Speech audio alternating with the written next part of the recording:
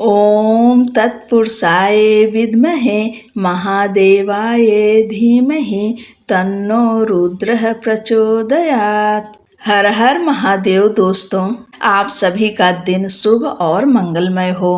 भगवान भोलेनाथ की कृपा से आज हम सब श्रावण मास महात्म्य के 8वें अध्याय में आ गए हैं। अगर आप सब इसके पहले की कथाएं नहीं सुने हैं तो अवश्य सुन लीजिए, तभी आपको पुण्य फल की प्राप्ति होगी। कथा को हमेशा पूर्ण रूप से सुनना चाहिए, आधा अधूरा नहीं सुना जाता है। चलिए आज हम सब 8वें अध्याय का श्रवण करेंगे। आप सभी भक्तों का आज की कथा में हार्दिक स्वागत है। 8वें अध्याय में श्रावण मास में किए जाने वाले बुद्ध गुरु व्रत का वर्णन है। ईश्वर बोले, हे सनत कुमार, अब मैं समस्त पापों का नाश करने वाले बुद्ध गुरु व्रत का वर्णन करूंगा, जिसे श्रद्धा पूर्वक करके मनुष्य परम सिद्धि प्राप्त करता है। ब्रह्मा जी ने चंद्रमा को ब्राह्मणों के राजा के रूप में अभिषिक्त किया।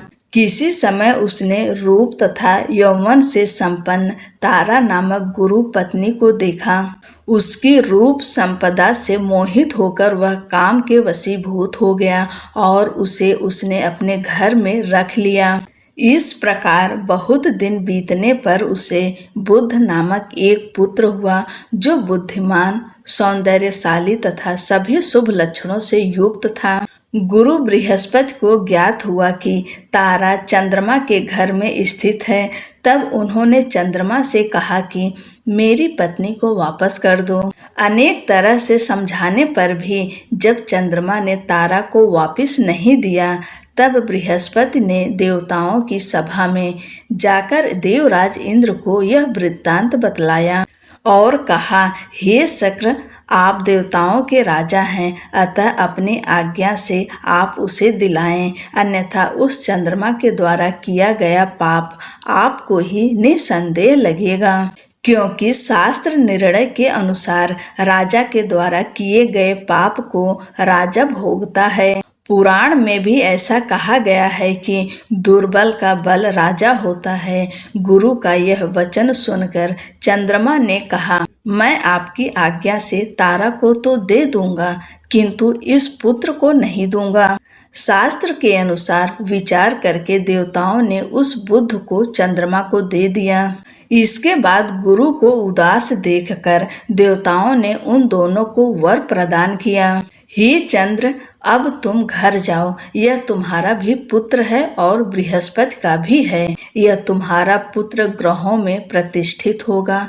हे सुराचार्य, आप यह दूसरा भी शुभ वर ग्रहण कीजिए कि जो बुद्धिमान व्यक्ति आप दोनों बुद्ध गुरु का व्रत मिलकर करेगा, उसकी संपूर्ण सिद्धि होगी। यह सत्य है, इसमें कोई संदेह नहीं। शंकर जी के लिए अत्यंत प्रिय इस श्रावण मास के आने पर जो लोग बुधवार तथा बृहस्पतिवार को पूजन व्रत करेंगे, उन्हें सिद्धि प्राप्त होगी। इस व्रत में दही तथा भात का नैवेद्य व्रत सिद्धि में मूल हेतु है।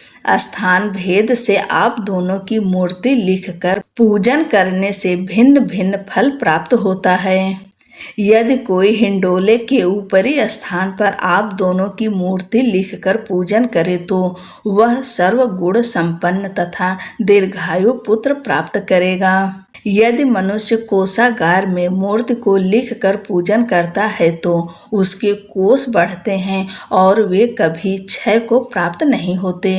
इसी प्रकार पाकालय में पूजन करने से पाक वृद्धि और देवालय में पूजन करने से उनकी कृपा प्राप्त होती है।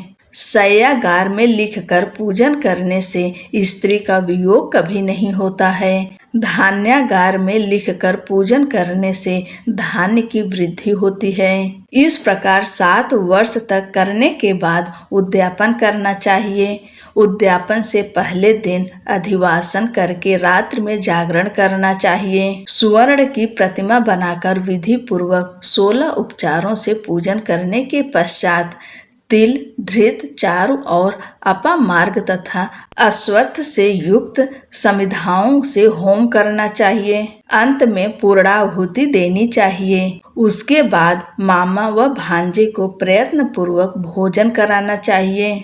इसके बाद ब्राह्मणों को तथा अन्य लोगों को भी भोजन कराना चाहिए। स्वयं भी भोजन करना चाहिए। इस विधि से 7 वर्ष तक करने पर मनुष्य सभी मनोरथों को प्राप्त कर लेता है। जो इसे विद्या की कामना से करता है वह वेद व शास्त्रों के अर्थों को जानने वाला हो जाता है।